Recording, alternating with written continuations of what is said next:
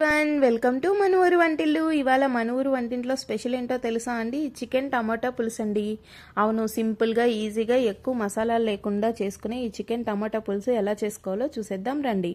ముందుగా శుభ్రంగా కడిగి పెట్టుకున్న చికెన్లోకి తగినంత ఉప్పు, అలాగే 1 స్పూన్ వరకు కారం, దాని తర్వాత 1 స్పూన్ వరకు అల్లం వెల్లుల్లి పేస్ట్. ఇది హోమ్ మేడ్ అల్లం వెల్లుల్లి పేస్ట్ అండి, ఇంట్లోనే చేసుకున్నాను.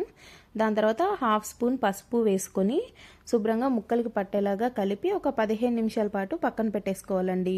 దాని తర్వాత పులుసు కోసం ఇలా 3 టమాటాలు, 2 ఉల్లిపాయలు, 4 పచ్చిమిరపకాయలు సన్నగా పొడవుగా కట్ చేసుకొని పక్కన పెట్టుకోవాలి. దాని తర్వాత ఒక కుక్కర్ గిన్నె తీసుకొని అందులోకి ఆయిల్ యాడ్ చేసుకోవాలండి.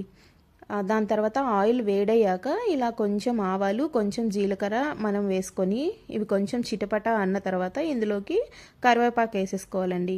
దాని తర్వాత ఆనియన్స్ వేసేసుకొని చక్కగా బ్రౌన్ కలర్ వచ్చేంత వరకు ఆనియన్స్ని మగ్గించుకోవాలండి. ఇలా బ్రౌన్ కలర్ వచ్చిన తర్వాత ఇందులోకి మనం మ్యారినేట్ చేసి పెట్టుకున్న చికెన్ మొత్తాన్ని యాడ్ చేసుకోవాలండి. ఇలా చికెన్ మొత్తాన్ని యాడ్ చేసుకున్నాక ఒకసారి బాగా కలిపేసుకొని లో ఫ్లేమ్ మీద మూత పెట్టుకొని మగ్గించుకుంటే ఒక 10 నిమిషాల తర్వాత మనకు చికెన్లోని వాటర్ అంతా ఇలా రిలీజ్ అయిపోతుందండి. దాని తర్వాత ఇందులోకి మనం సన్నగా పొడవుగా కట్ చేసి పెట్టుకున్న టమాటాలు వేసుకొని అవి కూడా బాగా ఒకసారి కలిపేసి ఇంకో 5 మినిట్స్ మగ్గించుకుంటే టమాటాలు కూడా మగ్గిపోతాయండి.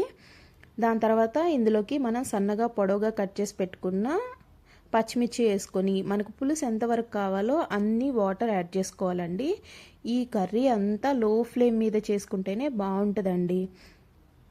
దాని తర్వాత ఇందులోకి మనం హ్యాండ్ఫుల్ ఆఫ్ కొత్తిమీర వేసేసుకోవాలి. కొత్తిమీర ఎంత ఎక్కువ వేసుకుంటే అంత బాగుంటుందండి. అంతే అండి, ఇందులోకి వేరే ఏ గరం మసాలాలు యాడ్ చేయము. ఇలా టమాటా కొత్తిమీరతోనే ఈ పులుసు చాలా బాగుంటుందండి. దాని తర్వాత మొత్తం కలిపేసుకొని ఇట్లా కుక్కర్ విజిల్ పెట్టుకొని లో ఫ్లేమ్ మీద 1 విజిల్ వచ్చేంత వరకు ఉడికించుకుంటే సరిపోయిద్దండి.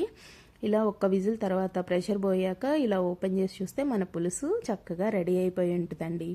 నాన్ వెజ్ కర్రీస్ ఏవైనా సరే లో ఫ్లేమ్లో చేసుకుంటే చాలా బాగుంటాయండి.